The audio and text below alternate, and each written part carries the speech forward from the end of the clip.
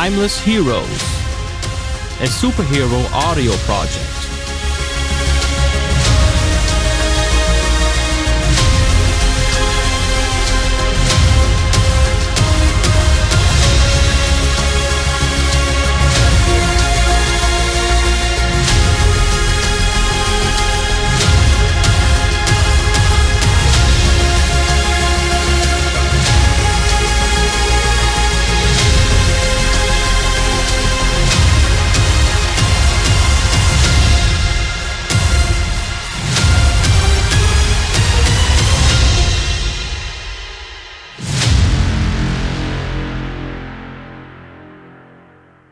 Part 5. Sacrifice. The whole area at the Dimension facility has gone completely dark. The team, consisting of Bera, Thunder, Timeless, Jason, and Elijah, watches the spectacle from a safe hiding place. Meanwhile, the White Lady and the butlers have left the dimensional facility again, and Dr. Morden is in the process of making some calibrations to the facility. The laser beam from the satellite system, which shines into the sky, slowly opens a dimensional portal about 5 meters above ground. Within it, a human-like silhouette can be glimpsed, which seems to be covered with countless tentacles. Natas! A sense of awe sweeps over everyone present, their faces mirroring astonishment. Everyone except Bera. With a determined grip on her axe, she lets out a fierce roar, charging recklessly toward Natus. Now everyone is warned. Timeless tries to stop her. Thunder swiftly halts him. It's showtime. Dr. Morden notices the onrushing Bera, moves away from the Dimension facility, and suddenly whistles.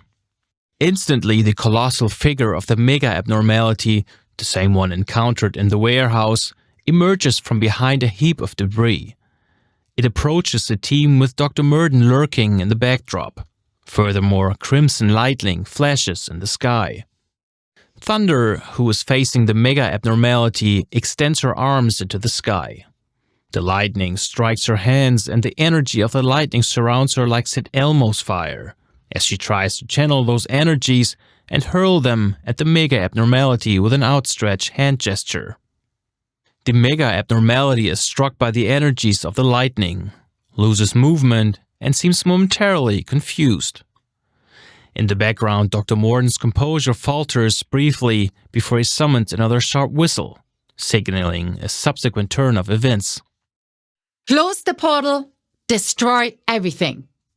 Amidst the chaos, suddenly a second mega abnormality appears from behind more trash in the back of the team.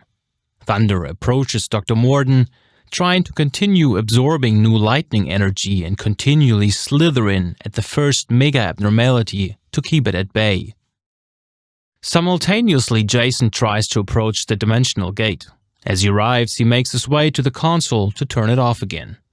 But just before he succeeds, he is knocked out with a blow to the back of the head by the White Lady, who suddenly appears behind him.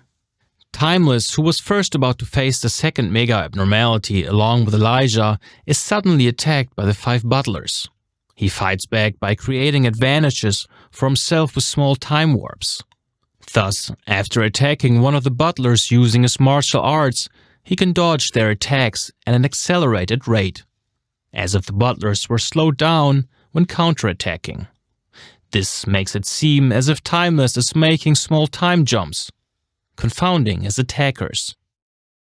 Bera, on the other hand, tries to reach Natus, but is prevented from doing so by another normal-sized abnormality that suddenly appears. A fight between the two ensues. Bera fights with her axe, while the creature tries to fight back with its outgrowths, and at the same time tries to hurt Bera with its teeth. Abruptly, the creature stops, leaving Bera perplexed. She sees the abnormality's eyes suddenly turn fiery red-black, and the creature transforms into Natus, as he is familiar to the viewer from the Viking drawings. Was må you do not stop in Viking hure? He effortlessly kills Bera by breaking her neck and laughs out loud. Thunder, who could observe this but could not get there in time because she is in battle with a mega abnormality, remains rooted to the spot. Suddenly, Natus is hit in the head by an arrow. Thunder sees Elijah rushing towards Natus as she cocks another arrow in her crossbow. Thunder gets angry at the death of Bera and wants to help Elijah fight Natus. She uses a squall, created by hand movement, and effort to disable the mega abnormality she is currently still fighting. For Natus, the arrow from Elijah doesn't seem to be a problem, because he pulls it out of his head again without showing any pain. Elijah is almost at Natus, and just before she could fire her second shot, Natus hurls the first arrow back at Elijah. This one pierces her ribcage to make her collapse. Thunder, who by now is moving toward Natus, is shocked and stands still. She looks around. Bera is dead, Elijah is badly injured, Jason is out of action, and Timeless is threatening to be overpowered by the remaining two butlers. Thunder hears words in her mind that she had heard from Bera. Bera is a fellow human being. I had a big family and many friends. Thunder is now alone, and must now rise above herself to still avert the inevitable. She rears back, and a massive whirlwind comes up. Fucking asshole! I finally had the family, and then you come along. Eat this! The whirlwind seems to cost them insane amounts of strength. However, just before this can drop its force on Natus, the latter turns to Thunder. At that moment, Thunder is tied up by a tentacle that suddenly grows out of the ground. I'll deal with you later. The tentacle shackles continue to tighten until Thunder almost passes out. Natus turns away from her again, and he enjoys his approaching victory. The earth cracks around him, and the tentacles from the portal grow into it. Another earthquake occurs, and the skyline of the city in the background begins to change. Skyscrapers collapse and are crushed by tentacles. Natus turns around, facing the White Lady. Natus, God of the All-Ancients, I greet you. White Lady, what do you want? I have set you free. And now you expect gratitude from me? Yes, because I brought you into this world, and you can have what you want. Only one thing. Heal me. That's right. There's something inside you. It's causing you pain. And it's easy for you to take away that pain. Yes, I could, but maybe in a different way from what you think. Even death is a salvation, and that's all a God is willing to help you with. Natus, I beg you. Enough, you get me bored. At the snap of Natus' fingers, a tentacle rips out of the ground and rushes towards the White Lady. Dr. Morden, who had been watching the scenario speechless, jumps in between the two to protect the White Lady. His courageous act, however, results in a tragic fate. The tentacle impales and extinguishes his life. The tentacle rises again and Dr. Morden drops lifeless to the ground. The tentacle rushes towards the White Lady to finally kill her. Timeless suddenly jumps in between and pulls the White Lady out of the way of the approaching tentacle. An even heavier earthquake rips open a huge chasm. Natus stands suspended above it all, laughing. Timeless and the White Lady start freeing Thunder from the tentacle snares, while Natus sets about opening the time travel portal completely. He turns toward the gate and appears to be performing some sort of ritual incantation. As he does so, he's grinning demonically. At the moment when the portal has opened wide enough to swallow the entire earth, the White Lady and Timeless manage to free Thunder. Thunder uses her powers to make everyone, including the unconscious Jason, float away from the scene with a small gust of wind. The world is on the brink and Natus is about to engulf the world through the tentacles from the dimensional gate. From distance, behind a pile of junk, near the dimension facility, the team observes it. Thunder picks himself up exhausted while Jason is still unconscious. Timeless helps his mother up. Both look at each other speechless. Suddenly, the White Lady looks at her amulet in her chest. While Timeless obviously understands, she reacts panicked and sad at the same time, The White Lady guides his hand and leads it to the white-blue amulet in her cleavage. Destroy the amulet. Absorb the power that this amulet possesses. Do it, my son, and try to save the world. But that means your death. I know, but my time is up anyway. Do it, quickly! Timeless tears the amulet from her chest while his mother holds his other hand. In the process, she ages rapidly and then crumbles to dust before Timeless' eyes. Timeless has no other option but to fulfill his mother's last will and testament. At this moment, Natus comes around the corner. Thunder realizes that now is the time to sacrifice herself for the community and confront Natus without any other weapons. She now faces a final exhausting battle as she continues to channel and summon lightning bolts, which strike Natus. He notices it, but seems relatively unimpressed by it. He is also surrounded by increasingly strong winds. He grabs Thunder. Jason, meanwhile awake, supports Timeless, who is in tears and tries to concentrate on a leap in time. Thunder can't withstand it for long. She turns to Timeless as Natus puts his hands around her neck. Save family and friends! Natus chokes Thunder until she dies. As Timeless is about to enter the time vortex, Jason sees the Earth being completely engulfed by the portal. 5 minutes earlier in the time vortex at the Dimension Facility. Timeless travels through a white, blue, red tunnel back into the past, holding his mother's amulet in his hand. Suddenly he appears standing in front of his mother again. At this point, two amulets coexist. The Timeless from the future has to make the decision to rip the amulet out of his mother's chest by force as he stands in front of her. You understand what's happening now. I hate having to do this. So I can see your father again.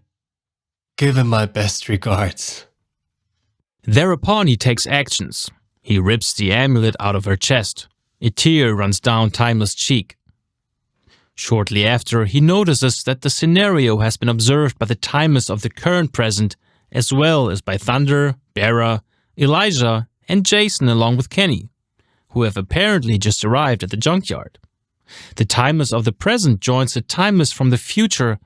Both look at each other. I can guess why you did it. Are you from the future? Yes. From 5 minutes ago.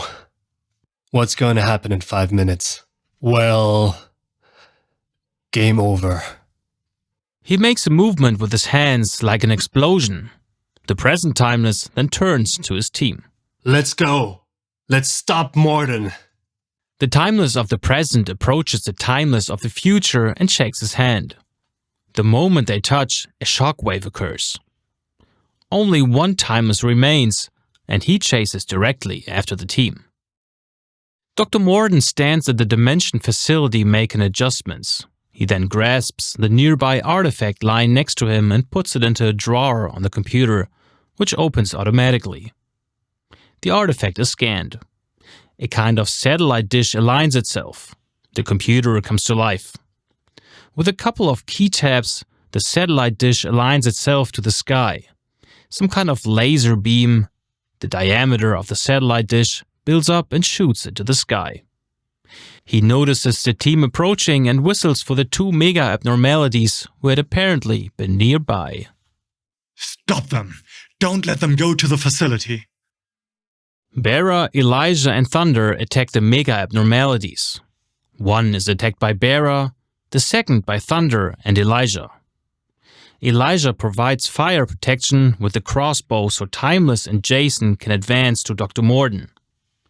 Timeless successfully makes contact, freezing Dr. Morden in time. Meanwhile, Jason manages to get to the drawer and opens it. Kenny, who has been following him, jumps in, grabs the artifact like a bone and runs away with it. Jason and Timeless follow him. Thunder has paralyzed her mega abnormality with lightning, allowing Elijah to fire a fatal shot at it. Simultaneously, Bera wields her axe with deadly precision, swiftly severing the head of her adversary. Thunder's rising thunderstorm then discharges into the Dimension Facility, illuminating the space with a blinding flash of lightning. The structure begins to crumble. As the debris hurtles towards them, Dr. Morden, just rousing from his trance, is unable to evade the impending catastrophe and is tragically crushed beneath the weight. Silence falls. The team stands still, surveying the aftermath. A sense of somber relief washes over them, realizing that they averted the world's destruction. But the price was high. No one feels like cheering. Let's head back home. The team turns and leaves. Kenny growls at the mega abnormality's decapitated head as he walks away. A few days later, blind Adam O'Brien stands at the grave of his parents, where his mother now lies as well. I hope you found your peace, Mom. I had so many more questions for you. I regret that I won't get the opportunity to tell you how much I love you. At least be with Dad wherever you may be and rest in peace. He places a bouquet of roses on the grave. Later at the evening, Thunder, Bera, Elijah, Jason, Jimmy, and O'Brien celebrate their victory sitting together at a table in the Marris pub. The rude bartender Cannon serves them with nachos and drinks. Thanks, Cannon. Cannon, with a blush on his face, smiles back in love. For you, it's pleasure. Who get the cocktail? It's mine. Cannon puts the drinks down and leaves. Bera looks after him. To the birth of the best team in the world ever. Everyone toasts together. Cheers! Cheers. Cheers! Cheers! Cheers! Goal. To the best team in the world. Kenny, sitting in front of the table, starts yapping and getting wilder. Jason decides to grab and walk him out. Come on, kid. Outside of Mary's pub, Jason looks deeply into the dog's eyes. Suddenly, he breaks Kenny's neck and drops him. To the best team in the world. His eyes glow red-black, like Nade's. The end?